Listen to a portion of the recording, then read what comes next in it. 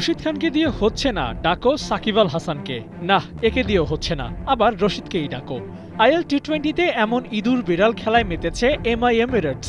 কোনোভাবেই এই দুই তারকা পারফরমেন্স দিয়ে সন্তুষ্ট করতে পারছেন না, তবুও চুপচাপ মুখ বুজে এদেরকেই খেলাতে হচ্ছে এমিরেটসকে। টুর্নামেন্টের প্রথম দিনে সাকিব আল হাসানকে স্কিপ করে খেলানো হলো রশিদ খানকে। মাঠে নেমেই রশিদের বাজে পারফরমেন্স ডিসপ্লে, আর তাতে পরের ম্যাচেই সুযোগ আসে সাকিবের, কিন্তু সেটাও এক ম্যাচের জন্য। রশিদের খারাপ পারফরমেন্স যেমন সাকিবকে একাদশে জায়গা করে দিতে হয়েছিল, তেমনি সাকিবের 12 বলে 16 রান আর বল হাতে বাজে বোলিংয়ে ফেরাতে হয়েছে সেই রশিদ খানকেই।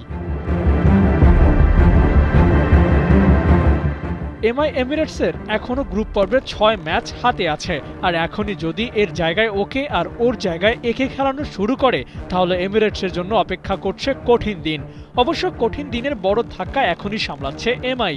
সাকিব রশিদের মতো দুই বিগ ফিগার দলে নিয়েও লাভ হচ্ছে না, কেউই ম্যাচের ফল পক্ষে আনতে পারছে না। বিশেষ করে রশিদ খান 2 ম্যাচ খেলেও উইকেটের খাতা খুলতে না পারাটা বেশ চিন্তার কারণই বটে। উইকেটলেস রশিদ ব্যাট হাতেও ব্যর্থ। গেল ম্যাচে ডেজার্ট ভাইপার্সের বিপক্ষে 8 বল খেলে 13 রান করে থাকেন নট আউট। শেষ বলে দরকার ছিল 1 বলে 2 রান, সেটিও নিতে পারেননি রশিদ, আর তাতে ম্যাচ হারে এমআই এমিরেটস। রশিদের মতো সাকিবও হাত খুলে খেলতে পারছেন না, তাই দলে আরেকজন টি-20 স্পেশালিস্ট অলরাউন্ডারের প্রয়োজনীয়তা যে বেড়েই গেল।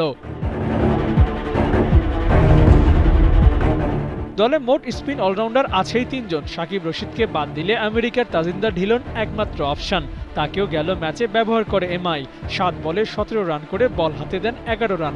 সাকিব রশিদের থেকে অন্তত ভালো করেছেন, তাই এই সময়টা এখন সাকিব আর রশিদ জুটির। তারা যদি ভালো করতে পারেন তাহলেই জিতবে দল, নয়তো হারের বৃত্ত ভাঙার জন্য নতুন পথ খুঁজতে হবে এমআইকে। দেখা যাক এই দুইয়ের বাজে দিনে কে ধরেন দলের হাল।